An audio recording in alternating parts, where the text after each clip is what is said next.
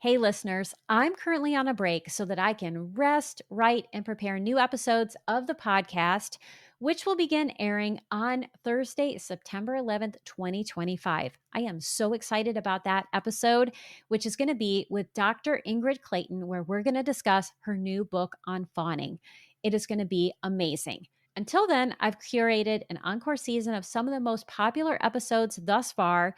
So if you're new to the podcast, this summer season is a great place to start. But if you've been around for a while, these episodes are definitely worth a second listen, and I know you're going to get something new out of each and every one of them. And I can't wait to hear what that is. So be sure to share that in the comments or text the podcast to let me know. All right, let's go ahead and dive into this week's episode.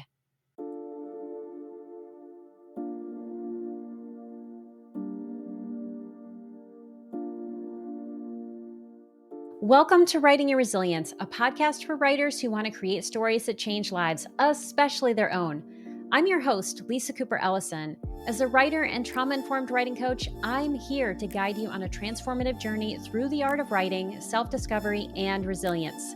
Each week, I'll share my best tricks, tips, and strategies to help you write more authentically, craft deeper, truer stories, and overcome the common storytelling roadblocks we all face.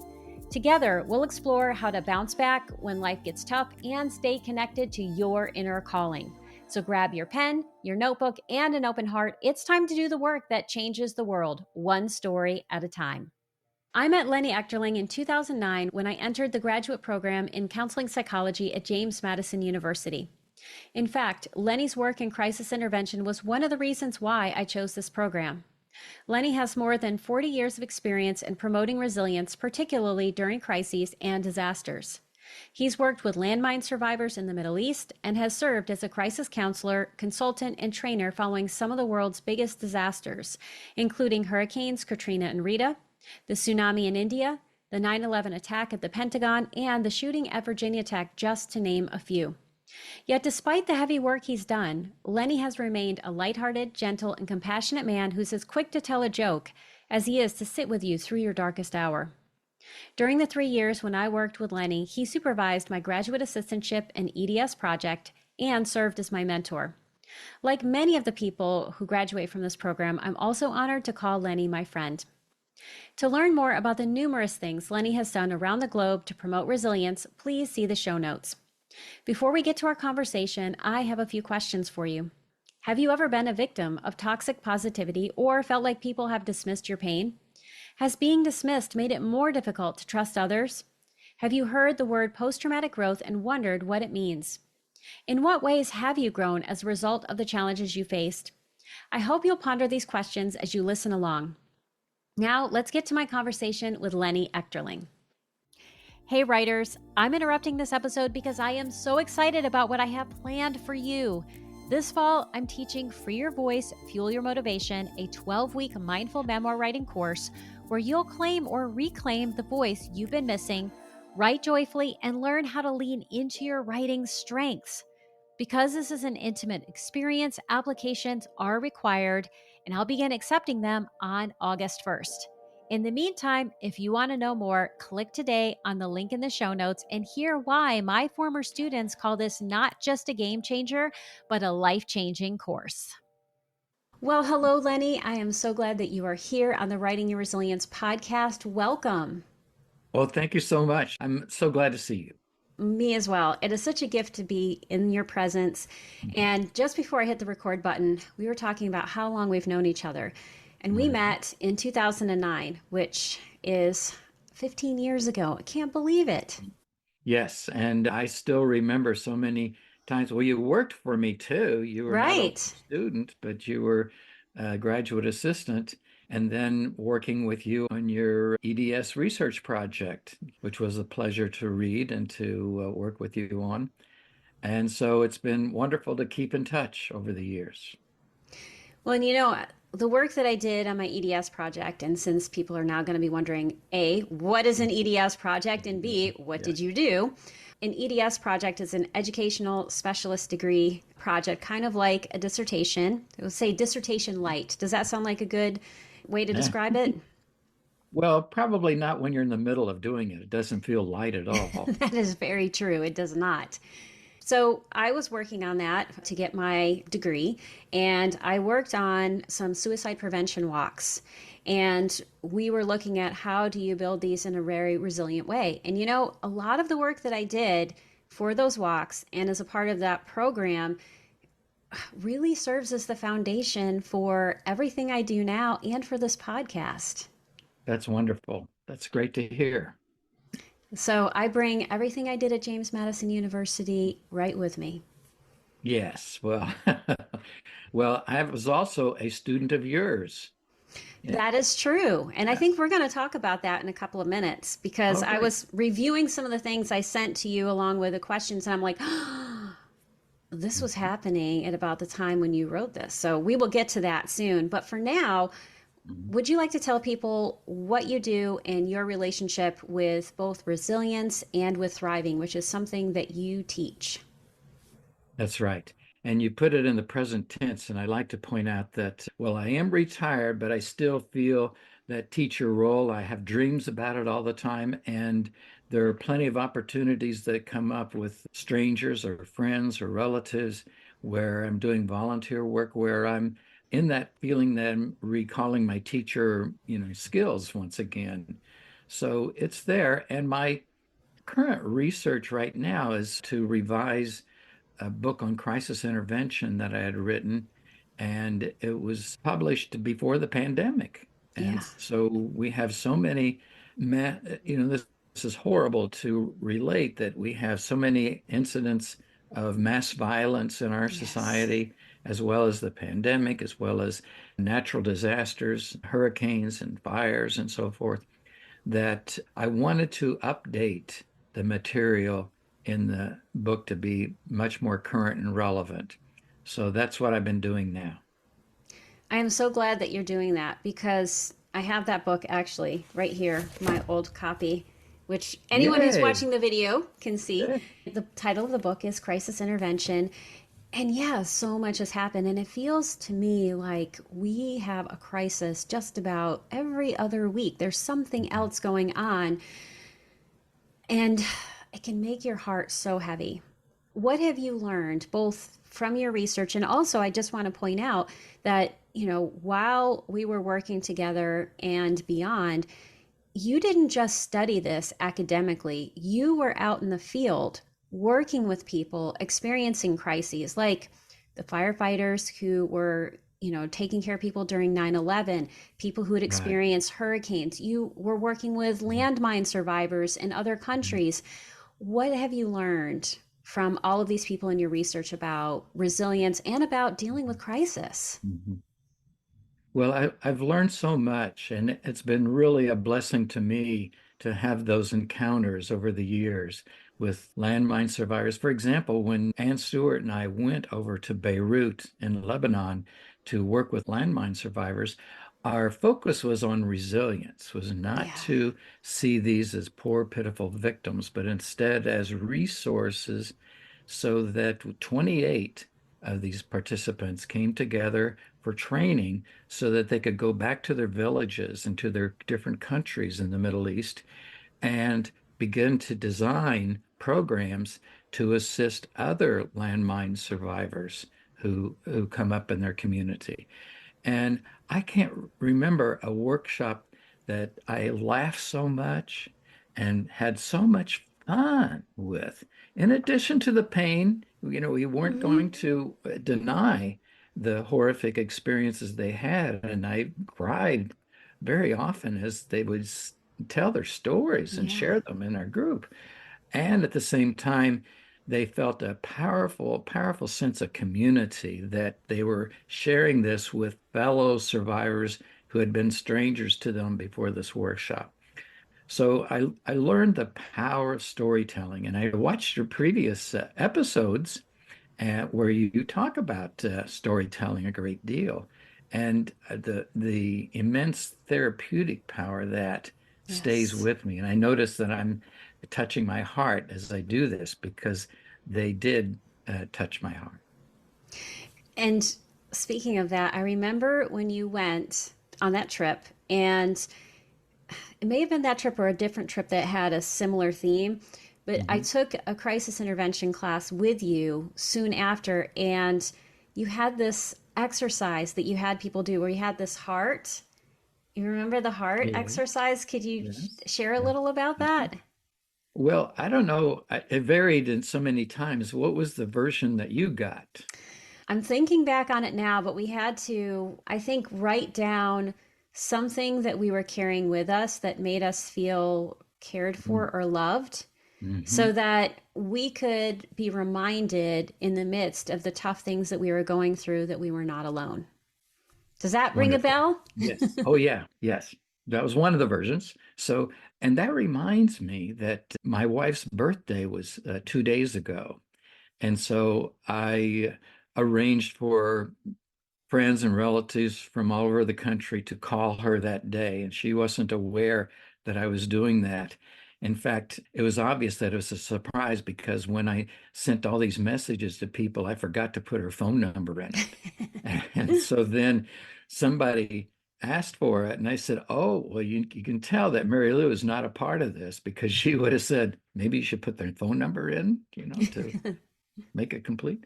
Anyway, I'm talking about this because when we went to visit our son and grandsons and the daughter-in-law who lived next door, they gave Mary Lou a card, a birthday card, and a gift.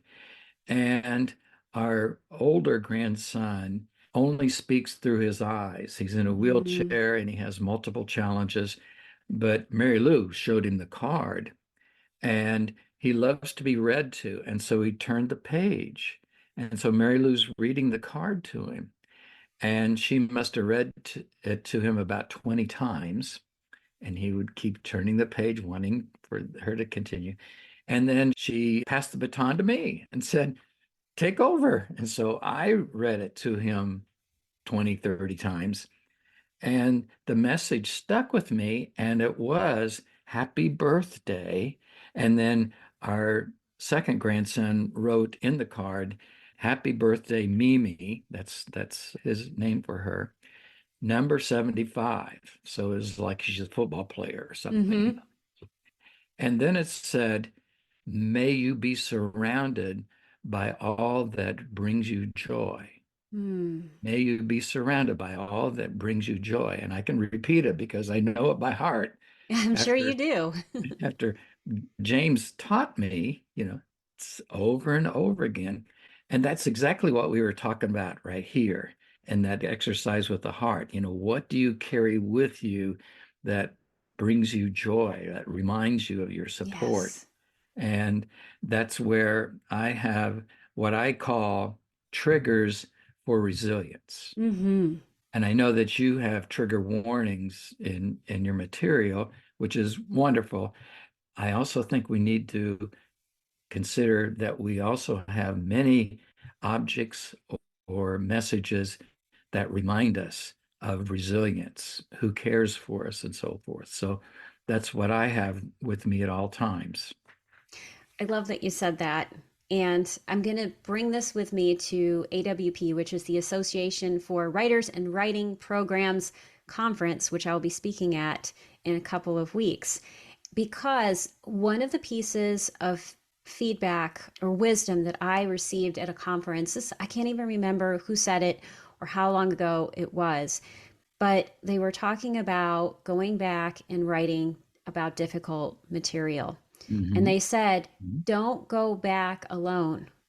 Mm. Carry a backpack filled with the things that fill you up and bring a flashlight so you know what you are illuminating or why you're going back. And I love that you had that. And I'm going to have to get that out because I still have all of those materials somewhere. Ah, Um, because it's such a that's great sweet. physical reminder Yes. that we are not just dealing with the difficult. We also are loved. We also have people around, triggers that can support our Mhm. resilience. Mhm. And one of the things that I learned from your book, Crisis Intervention, that has stuck with me and it gave me language for an experience that I had is this concept of post-traumatic growth. And we Mhm. talk a lot about PTSD, post-traumatic stress disorder, and trauma. But this was a game changer for me because it helped me know what I wanted to do as a writer. So could you define that for us? Yes, that's it. Tedeschi and Calhoun are the two researchers who developed multiple studies. In fact, there have been studies done all over the world with survivors of different traumas and crises. And it's not immediate. We're Mm-hmm. not talking about right afterwards. It might even be 2 years later with follow-up studies where they and other researchers and ourselves, we did this with our landmine survivors too, and also found post-traumatic growth. And it's evidenced by a greater appreciation, a deep appreciation of life and Mm-hmm. what's going on, recalling a sense of wisdom and perspective that they bring to their encounters now, a deep sense of appreciation for everyday, normal kinds of experiences that they can now savor with Yes. such tenderness. And then closer relationships with others in this fact. And so those are the highlights of post-traumatic growth. There are other aspects that people will often personalize. They're better able to cope with it. And I don't want to individualize it because it's part of being a community, part of a family or a family-like relationships that they have created with volunteers, relatives, neighbors, fellow members of their worship group, and therapists and counselors who have helped them to travel this journey not alone, Mm-hmm. but with Yes. others. Absolutely. I think that community aspect is so important. And one thing that I read in the book, because I just was reading through that again, and also it was something that I've said in the past, is that for me, at least, post traumatic growth is being able to look back at these really tough experiences and seeing the gifts in those experiences and being able to say, this was hard. This was something I wouldn't wish on anyone. And it was such a gift to my life. But I think one of the things we have to do in order to get there is to honor the very tough feelings we might have about a situation. Mm. Exactly. And just because somebody might have now a post-traumatic growth doesn't mean that they didn't have post-traumatic stress disorder Yes. too, that they can overlap tremendously. And part of the resilience that we have as human beings is being able to emerge from that hell and to then create a whole new heaven for us. Yes, absolutely. And to that ability to be with yourself wherever you are. And I think one thing that can get in the way is toxic positivity, which you had recently written something about on Facebook. And I can speak to my own experience of being a person who had had Lyme disease and who was sick for a number of years.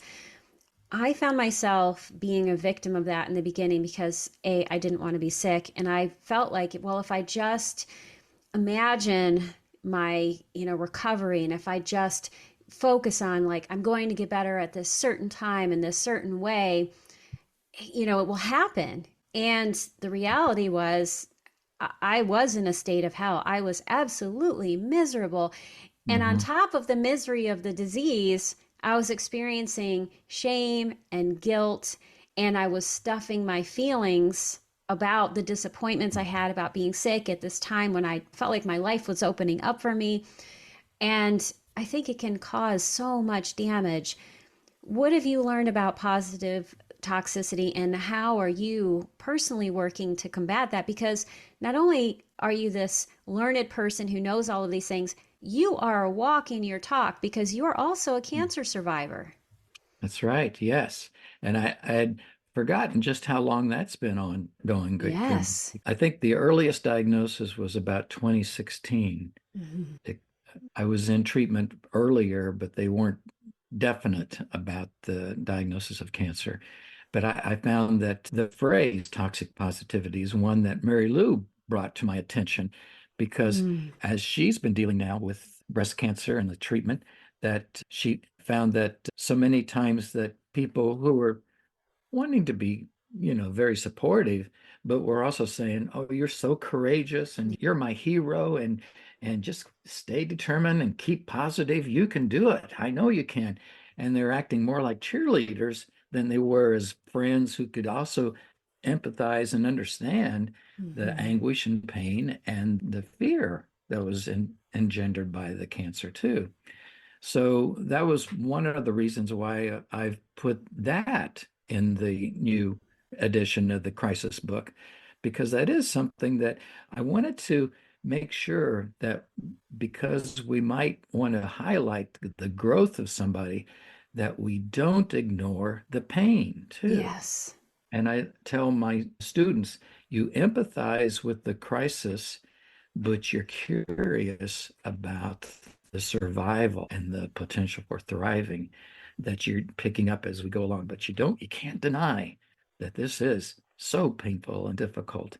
And I think a lot of people do the cheerleading thing because it's easier to be off the field Mm-hmm. and to not have to deal with those kinds of painful feelings that are going on with somebody that you dearly love. Mary Lou's been a great mentor to me dealing with my cancer, of not doing any of that kind of toxic positivity. And I hope that I'm doing the same with her, of being a partner in this, but not being off the field as a cheerleader, denying that when she's going through a lot of pain. Yes, because you're both dealing with cancer diagnoses. Right, yes. And mine's, I'm hoping that I'm dealing with a form of cancer that my oncologist said there's no cure for your form of cancer, Mhm. but we can manage it. And so that's our goal. And so I'm continuing on with some treatment and medication as well as follow-up sessions. And so far, so good. My last appointment was very positive. And I find it wonderful to be celebrating that at the same time that we also honor the suffering that people are in too. And so Yes. that's when the positivity becomes toxic. So I don't want to take away people's hope for a better future. And there's a positive psychology movement and a lot of research that I find very fascinating, and it can be overdone. Absolutely. And I love how you put it, be with the pain, honor the pain, and be curious about the healing and the growth that can happen, but don't negate the pain. Yeah, and one thing I'm really sensitive to is what I call bright siding, which is one of the things you were talking about, which Okay. really is Yeah. like, toxic positivity of like, oh, well, just think about the good things or be positive. But when Right. you do that, you especially if you do it to someone else, or even if you do Mhm. it to yourself, you are unconsciously sending the message that the challenging feelings you have are not okay. And Mhm. that's where the shame and the guilt comes from. And Right. I think probably one of the best experiences that I had with you, where you were showing up with it all, was back in 2018, right before you wrote this article, Mhm. which I'm going to put in the show notes. And I was teaching a class for James Madison University on writing to heal. And it was with a bunch of counselors and therapists and school counselors. And we were looking at different strategies people could use. And I had everyone do some writing exercises.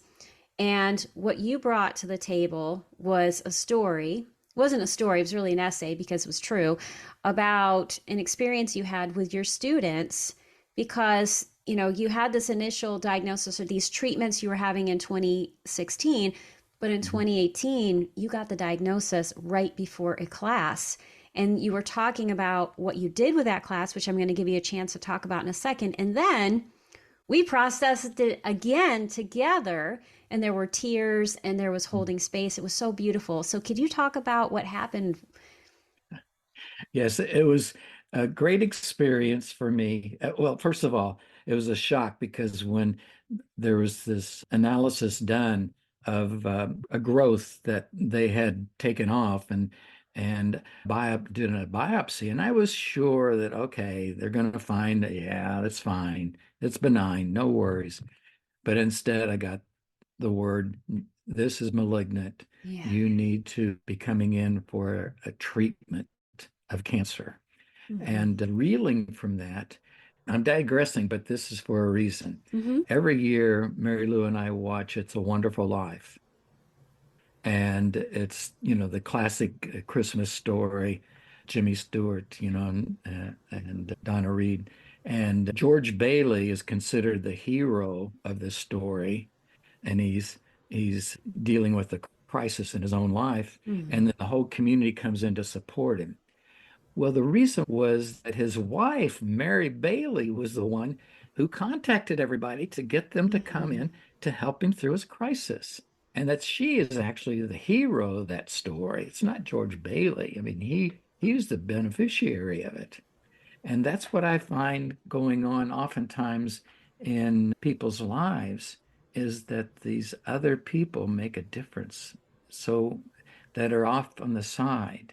Yes. And when I'm working with somebody in crisis intervention, I'm often asking, who has been there for you in the past? Who Mm-hmm. has had your back? Ed McKee was the one who came up to me right before class, and this isn't in the article, but they wanted it shorter. And he said, I got a call from Mary Lou Mm. that you have had this diagnosis. And he was trying to whisper, but Ed McKee could never whisper. And I had the No, he door could open, not. actually. I had the door open to go into class. And he said, just know I've got your back. Mm. And then I go into class. I said, thanks, Ed. That means a lot. And then students could hear him say, I've got your back. Yeah. And then they also could see me being upset. And Mm-hmm. that's why I had that choice right at that moment. Well, do I just play it cool and not bringing this up? But I said, well, damn, this is a crisis intervention class. And I've got people who are in training to become counselors. I'm going to go ahead and share. And it was a powerful experience where they were incredibly supportive and empathic, did none of the toxic positivity. They were there for me expressing their sense of their own shock and surprise, as Mm-hmm. well as their dedication to being there to have my back as well too. And it just taught me the power of teaching and being a student at the same time. That I Yes. was learning from my students what it means to actually go ahead and to ask for help. And here's this old crisis intervener who was doing that so long for others. Now it's being done to me, and I've got to show the grace of opening my heart up to that. I always, every time I hear that story, I just love it because it takes so much vulnerability and trust to let people in. And yet, when we do, beautiful things happen because Mhm. crisis often happens when we are alone. And we didn't choose it. We may not. There's so many things about it that can create this deep sense of loneliness and isolation, but it is in community that we heal. And I can already hear a question that some people are going to have when they hear this. What if you are a person who feels like your heart has been broken so many times, you don't trust enough to let somebody in? What would you say to someone who has that experience? Mhm. Well, I would say, first of all, I would want to thank them for sharing that their heart has been broken Yes. and that they are so fearful of trusting, even telling that to me. And I Mm-hmm. want to honor that act of courage right there because oftentimes the scariest step, and when people are dealing with counseling, is to actually make that appointment and come in and see somebody and begin to share what is so deep and dark in their hearts. And Yes. post-traumatic stress disorder, one of the descriptions in the DSM, the Diagnostic Statistical Manual, is being exposed to something that causes fear. Mm-hmm. And yes, that goes on, but there's also apprehension about being exposed to our shame. Yes. And that is something that even to ourselves. And that's where writing can become so powerful, is that I'm actually writing and then I'm the reader reading what I just wrote about my shame that I thought I would all keep locked in forever. And there it is now on the screen or on the paper as part of my own self-exploration that's lurking in my consciousness on this Mm-hmm. side there. Yes, and I love that. The honoring of where people are at and then the invitation that there's more. And writing can do so much for that because when you write about your experiences, you externalize them. So that's the first thing that can happen is it's not living inside you anymore. It lives on Right. the page. And then through the revision process or just even looking Mhm. at it, you begin to organize it and help it make sense. And then you can look at what else. That's something I really try to instill in people is that whatever you write first is true. That's part of your experience. And you Mhm. don't have to negate it or get rid of it. It's this and what else? Right. Yes. Yeah. And what you just said brings up two important memories for me is that Anne Stewart taught me to refrain from saying but, Yes. instead say and in these situations. And so, empathize with the crisis and look for the survivor in that too. And also that we're involved in a process that's one story doesn't do it.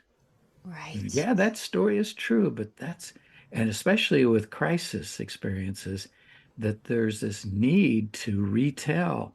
And there's been research done on like after disasters that when people share their stories right then and there, they're very chaotic and impressionistic Mm-hmm.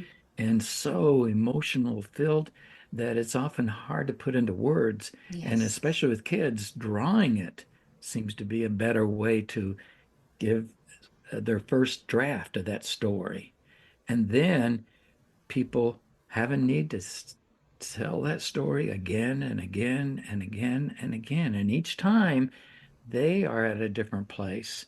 And each time it becomes true in a different way with their attentional spotlight Mm-hmm. on now other aspects that at first, they didn't even realize. Yes. I love all of that. And I think I use this book by Desmond Tutu and his daughter, Mfo Mm. Tutu, The Book of Forgiving. And it's this fourfold path for how to change the world. And it has these 4 stages that you go through in the process of forgiveness. And step 1 is tell the story. And what he says is tell it as many times as you need to because just as you said, one telling isn't enough. And yes, that idea of it being chaotic in the beginning for all the writers out there, your first draft is always going to be filled with chaos. But when you're dealing with crisis material, coming at it from a different medium, maybe drawing or Mm. collage or something else that allows you access to the images can help you find the language that can help make this into something that's more cohesive because that's part of where the healing comes from is not just that you wrote it down but that you created something cohesive with it and then you had a chance to say okay well what else is there. I'm going to ask you a question and Yes. I don't know is a perfect answer. I always say that when I haven't sent this question to somebody but it's coming to mind. I work with a lot of writers who are working to publish, and some of them are in the earlier stages and they are writing things that have been absolutely devastating. And they are working to create art from that. But something I see people do that I'm personally trying to figure out how to work with them on in a different way so that we honor the pain, we also become curious about the survivors that when people write what I call the victim narrative, and when I Mhm. say victim, what I mean is just the narrative of powerlessness. Yeah, sure. And when Yeah. you just keep revising that over and over again, just to make that part clearer, you reinforce that piece of the story, not just in your brain, but in your nervous system. Hmm. Hmm. And I wonder what your thoughts are based on your research and the work that you do, and also thoughts you have around how do we get out of that loop. I think it gets to be a different thing. There's the honoring of your story and being present with it, and then there's these loops that we can get into that are not necessarily serving us in the ways we might think. Yes, yeah. And there is some new research that's coming out about neuroplasticity Mm-hmm. that shows that what can happen is that new neural pathways are created that can give us greater insight and make meaning from this process. And I take care to say make meaning, not find meaning, because we're not Yes. detectives looking for clues out there for the answer that's out there. Mm-hmm. Instead, we are resolved, and that's not being solving it, it's resolving that I will then explore inwardly. And that creates new neural pathways. Just the very act of putting it into words with writing or sharing it verbally or whatever, that I get concerned when I was doing more long-term counseling and therapy if someone told the story identically again and Yes. again Yes. and That. again, and that is one where we do have to do some therapeutic intervention with to help them begin in ways that you were bringing up to look at it from a different perspective or Mm-hmm. to set that aside and instead experience through art or as some other medium in order to create neural pathways that they can then go back and take a look at what, was hijacked, Yeah. by that process. And so it's one that, see, I'm giving you a long answer when I don't know all the answers to that, which is a classic professorial trick. But I think we're on our way towards discovering some important insights that's not going to minimize it or just reduce it to brain functioning, but instead oftentimes enrich it by our own ability to recognize, hey, it used to be an expression of saying, well, that's pretty easy. That, we're not talking about brain surgery. Well, when we're doing intervention of any sort with another person, we are doing brain surgery because Mm-hmm. we often bring up our own experience as we hear their story in a way that's empathic and gets at those parts of the unconscious area that we're picking up by how they're saying this Yes. and what ways that they're presenting it to them as a presentation of self. I think that there was so many good insights and also such good information, especially around this idea that we are not finding meaning out there. We are Mhm. looking for meaning in here. And Right. it brings back this idea around toxic positivity that I was reading about this morning, this idea that we're looking for the silver lining, right? You don't Mhm. have to look for the silver lining. Mhm. You need to find the meaning inside yourself. And that is something that you can create regardless of what the experience is. And when you do this work, you do create those new neural pathways. This is brain surgery. You do this work, you're doing brain surgery on yourself Right. without a Exactly. scalpel, thankfully. Right. No kidding. Yeah. There's no blood, nothing else going on with this. And this is where I find it, I think you mentioned in our discussion before we started taping about my brother Denny Yes. who died. And I was curious about when this might broadcast because my last conversation with him was 5 days before Valentine's Day Mm-hmm. and he had just gotten back from Thailand. And this is where you might see some sources of my humor because I asked him, well, how many Thais did you get? That kind of thing. It's really, we both enjoy those kind of stupid puns. And I was talking to him about his experience and what it was like and all the adventures he had and it was wonderful. And he's was living out near Seattle, and here we were in Virginia. And I, at the end, I began to learn a lesson that hey, you might not have this moment again. Mm-hmm. So I said, instead of goodbye, which I always did before, I said, I love you. Denny. Well, those were my last words to him because, he died 10 days later.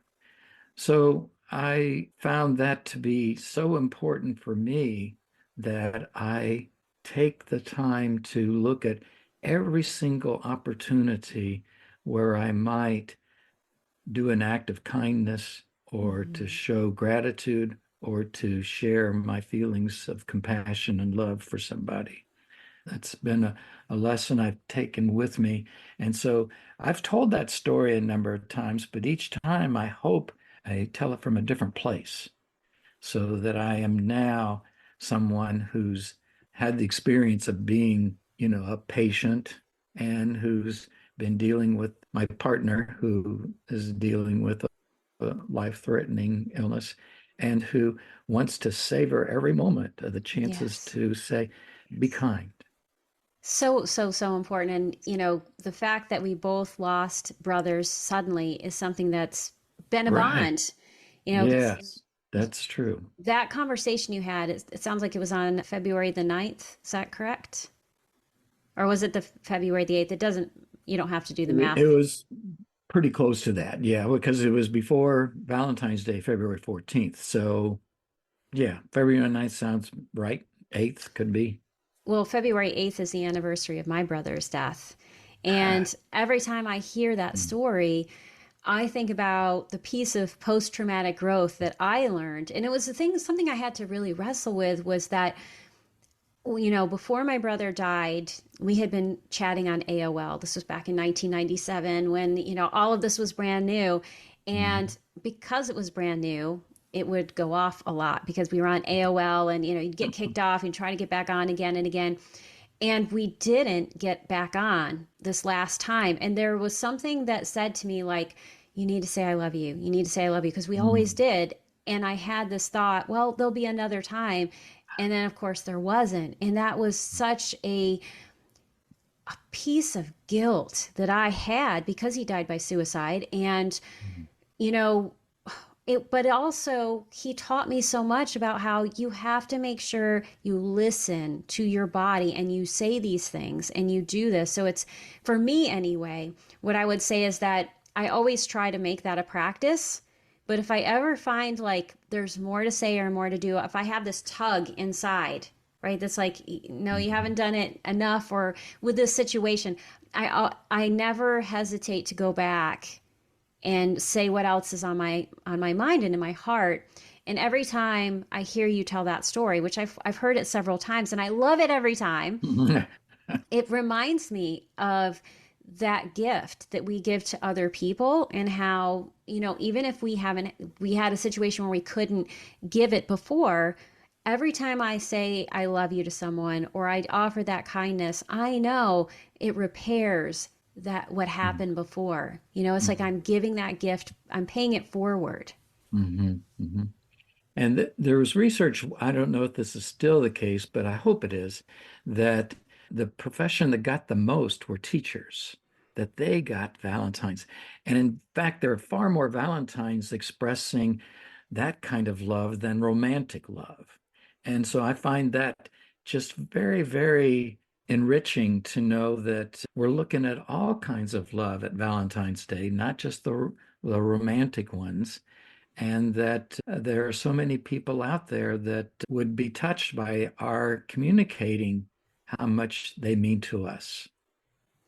Absolutely. So even though this is not going to air on Valentine's Day, which now I wish it could, but the schedule is the schedule, Yes, you can make Valentine's Day any day. So that's think true. about 5 people that you could send a Valentine to that are just people that you care about.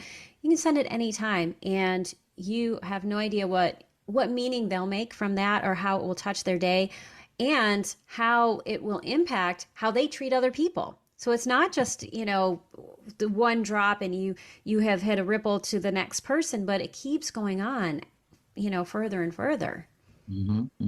Yes. And that reminds me that I wanted to take this opportunity to thank you, Lisa, Mm-hmm. for the many, many ways that you helped in my own healing. You recorded a guided imagery that I could listen to while I was dealing with chemotherapy and the infusion, and how it was so comforting. And comfort is a word I didn't use much before Denny's death. It's one that I find means a lot to me now, that it's not just superficial, that it's comforting to be reminded that I am not alone in Yeah. this moment as poison is going through my veins to deal with the cancer that's threatening my life. And you were there for that, and your Mm. voice was there. And that meant so much to me to know that my former student is now part of my own learning lessons and healing. So thank you for that. Well, I'm going to cry now and I'm going to absorb that and I'm not going to deflect, right? I'm going to take it in. Thank you. Yeah. And also thank you for the gift of allowing me in. You Mm. know, sometimes people don't. And it was such an honor to me, also because when I was really sick with Lyme disease and feeling very, very alone, you were one of the people who would just contact me out of the blue and say, "How are you doing, Lisa?" You know, and Mm. that was such a gift. And I'm so grateful that I was also able to be a part of that because I remember you would write to me like about the red one. I think there was the red one that was so terrible. And Mhm. it was very meaningful to me that I was able to be a part of that. So thank you. Oh, yes. And this reminds me of something else that train for the crisis intervention that you might have only a 10-minute or 15-minute or a couple hours encounter with somebody in crisis, and that may be the last time that you see them. Yeah. So you want to do someplace towards the end an expression of gratitude to them for taking the risk of sharing with you, perhaps a virtual stranger, this worst experience that they've had in their lives, Hmm. and to show your gratitude by thanking them at that times.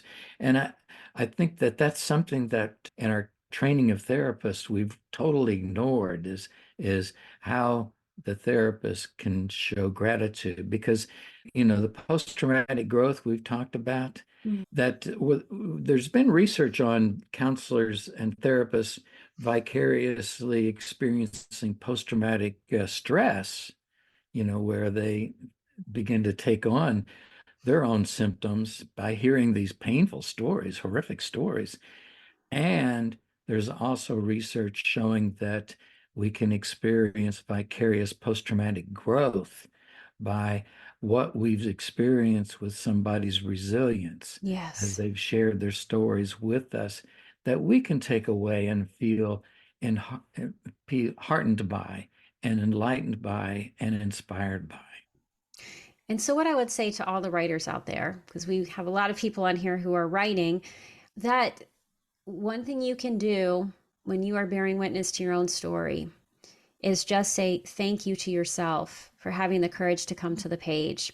Yeah. When you are working with a group of writers, like you're in a writing group and you're offering feedback, something I hear people say all the time is, "Oh, you're so courageous, you're brave." Mhm. And that's fine. And yes, those things can be true, but you don't have to say them. Instead, say thank you for trusting me with Yeah. your story, Right. and Yes. and thank you for trusting me and opening up. Just say thank you. That's all you have to say. Mm-hmm. Mm-hmm.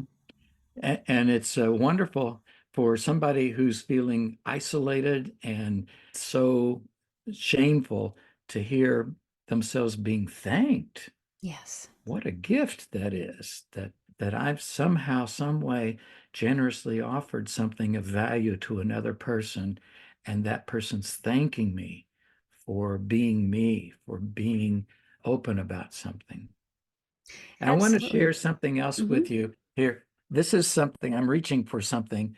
This is what somebody I love gave it. me this. It's the desktop therapist.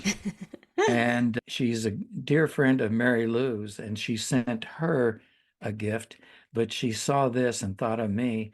So there's the little Freud looking like therapist here. and there's a button here that you can push, and it'll say some cliche. Like, I don't know if you heard that. I heard noise. Can you say what it was saying? Yeah, it says, "What do you think that means?" Well, I got this as a gift, and my grandson came over, Gabriel, and he said, "What is this?" And so the cliches started pouring out, where the therapist said, "How does that make you feel?" And he goes, "Well, I feel okay about that." And then one that he found so intriguing was, let's bring that back into the room, shall we? So he thought that was so funny. What? What does that mean? So he'll now occasionally say that to me. We'll be talking about something else, or I'll pick him up at school, and he'll say, "Let's bring that back into the room, shall we?" And the one that really got him irritated was, "What was your childhood like?" Oh, And he that's too says, "I'm funny. still in my childhood." So anyway, the scripted cliches on here are funny, and we ought to set those aside and instead Yes. speak from the heart, even if we have difficulty expressing something, and even noting that, saying, "I'm feeling myself choking up," or like you said very touchingly, I'm going to be crying. All of those are ways that we can really open up our shared humanity in ways that really can be so powerfully therapeutic.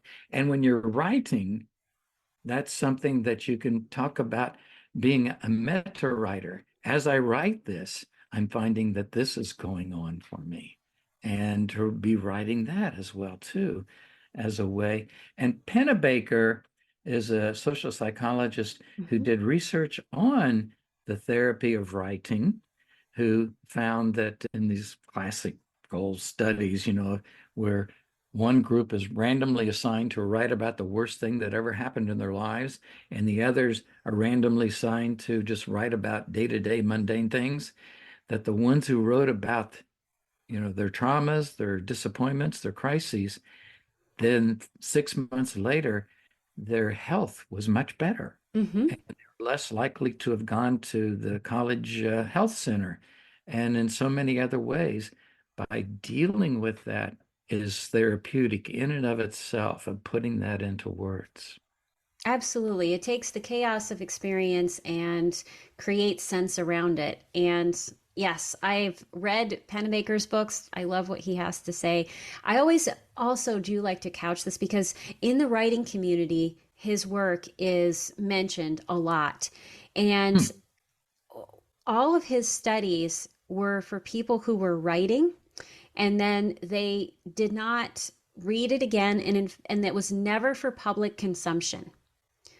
So I think that's always Uh, something I want to say yeah, about that's his right. work because sometimes people will think that, oh, well, if I just write it and then I share it out in the world, I'm going to have Mm, the same experience mm. that all of Pennebaker's test subjects had. And that is not necessarily the case. That's a great So, point. Yeah. yeah, thinking about writing to heal versus, writing for public consumption is so important. Mhm. And that's something that I talked with Laura Davis about, who is the author of The Courage to Heal for Mm, season one. So by the time mhm. this airs, people can go back and listen to that episode as well. But yes, I think it's so, so, so important. And as we wrap up, I always ask people a series of questions. And the first one I always ask is, what is the best writing advice you've ever received? That I've ever received is, let's see, I think it's not so much advice as it wasn't taught, I caught it. So Mm, the contagiousness of the love of the word is something I've caught. I have a dear friend of mine who sends me regularly. I get emails from him pretty much every day, in which he will often share a sentence that he came across that he just loved. And mm, he wanted to share it with somebody, so he sends it to me. And that enthusiasm that he has been contagious for me in my writing right now, which sometimes can get a little tedious, and that I have to really get myself psyched up to return to this project that's been ongoing for a long time now. And so it's not so much advice that, was taught to me as that the emotion that was I caught Mm. from the contagiousness of his enthusiasm. I love that. And I want to share the best piece of writing advice that you gave to me, which is Oh, a good EDS is a done EDS. And right. I translate this to my clients' work all the time. And I'll say, a done draft is a good draft. There you And go. sometimes just get to Yes. that point, and that's how we make progress. Yes. Yes. How do you nourish and nurture your resilience? Mhm. I find that as a grandparent, and living next door to my grandkids, that cuddling up to James, who has no words but the most soulful eyes, and Mm, when we connect eye to eye, I feel like it's heart to heart. And mhm, he, in his wheelchair, will dance like this, back and forth, with his arms, and he'll play hide and seek with me sometimes, where he'll hide his face and then he'll show it to me, and then we'll do a peekaboo thing. That all of that are ways that I find I'm just celebrating life. And then our other grandson, I pick him up from school and he comes to our home to do his homework. And he inspires me all the time with things such as he has spelling words, and I remember having mhm, spelling words, 18 of them he has every week. On one day, he's got to write them alphabetically, and another week, or another day of the week, he's got to do a synonym, another day, an antonym, and on the fourth day, he's supposed to write a sentence with each of those 18 words. mm. Well, he decided, and I think this is good advice for your writers, is that he decided to make a story connecting all those sentences. Oh my So gosh. for example, I remember two words he had were bridge and gravity. And so he started this story, said, London Bridge is falling down. And the next sentence was, and it's not because of gravity, it's because the Germans bombed it. And so then he goes on to this fantastic story where he's playing with history and making it fictional as he ties together these words. So I find it, and then, Mary Lou is always doing things that make me laugh and that I feel connected to her in such a deep way. We've been married for over 54 years now. Mm, And it seems that you mentioned earlier how, long ago our first relationship was and how it seems like yesterday. And that's how it feels like with me, that I can share things with her that nobody else would get that in joke mhm, except for her. And that's a relationship that's a special heart to heart bond that I know that you have in your life too, mhm. that feels just so much, gives me more resilience just to know I'm loved by lots of people. Yes. And you are very loved by lots and lots of people. I can attest Oh, to that. Everyone I know who knows you loves you. You've just given hmm. so much, and now everybody is like, oh, Lennie, I love him so much. And I'm so glad that you did. It's true. And I'm so glad that you have that in your life and that you pay attention to it. Part of resilience is about where we place our focus. And again, like we've talked about the whole time, Right. it's not ignoring the tough stuff, but it's Right. also saying, Right. and these other things are happening because, I remember you writing to me in the midst of this chemo treatment where you had just awful side effects at times. Your grandsons would also do these wonderful things for you, and they would say Mm. all of these very cute Mhm. things. I always love hearing about them. And that would make your day, and it would Mhm. make it more tolerable, easier to deal with the tough stuff that you were also enduring. So it wasn't an ignoring of that, but that where you place your focus can be so important. And it works in writing Mhm. too. where you place your focus on the page and on the situation can have a profound impact on your readers, but also on you as the writer and those neural pathways that you are building in your brain.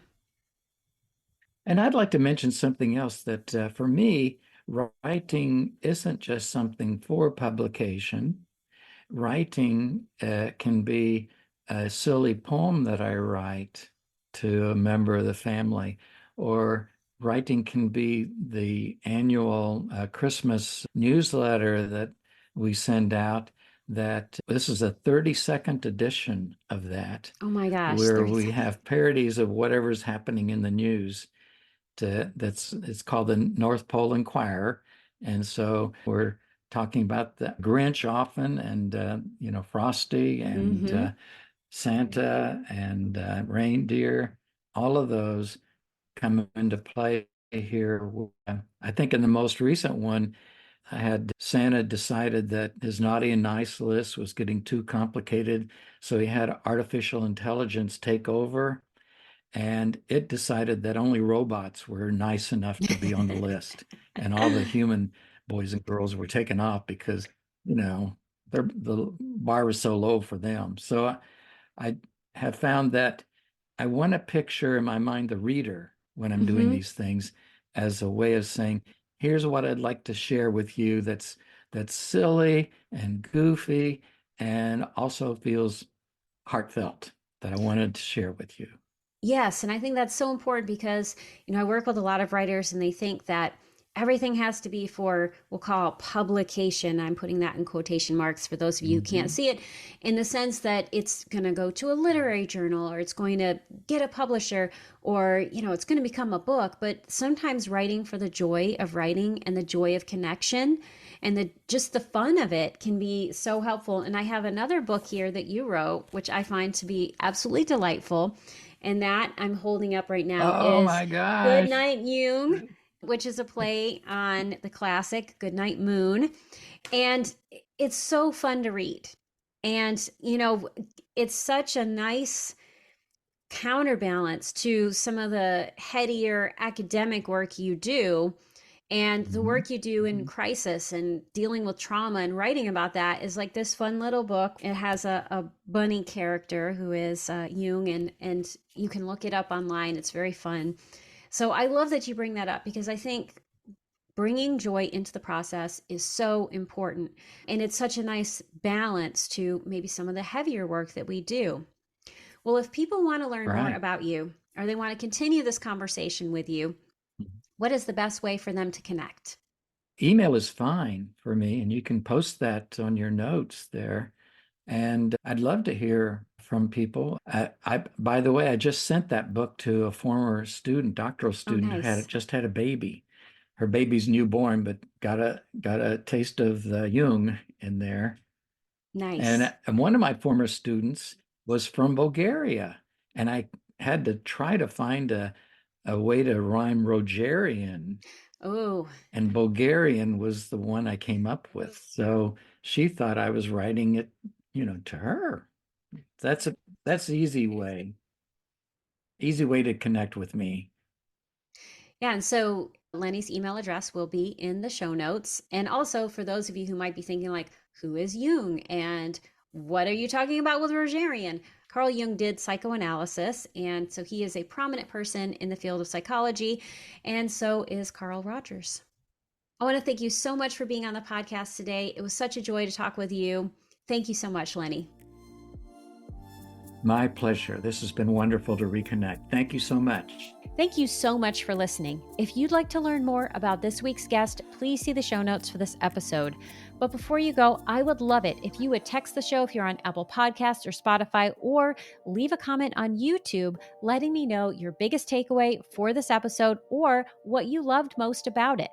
And speaking of your comments, I want to thank each and every one of you for the comments that you have shared thus far and the ways that you've reached out to me through email, my Substack, and all of the different ways that you have to connect with me. It has been such an honor to get your feedback and to hear what you love about the podcast. Thank you so, so, so much. I look forward to engaging with it more in the future. And listeners, if you haven't had a chance to connect with me or to share something about the podcast, I would love to hear from you too. Until next time, please remember that your story matters.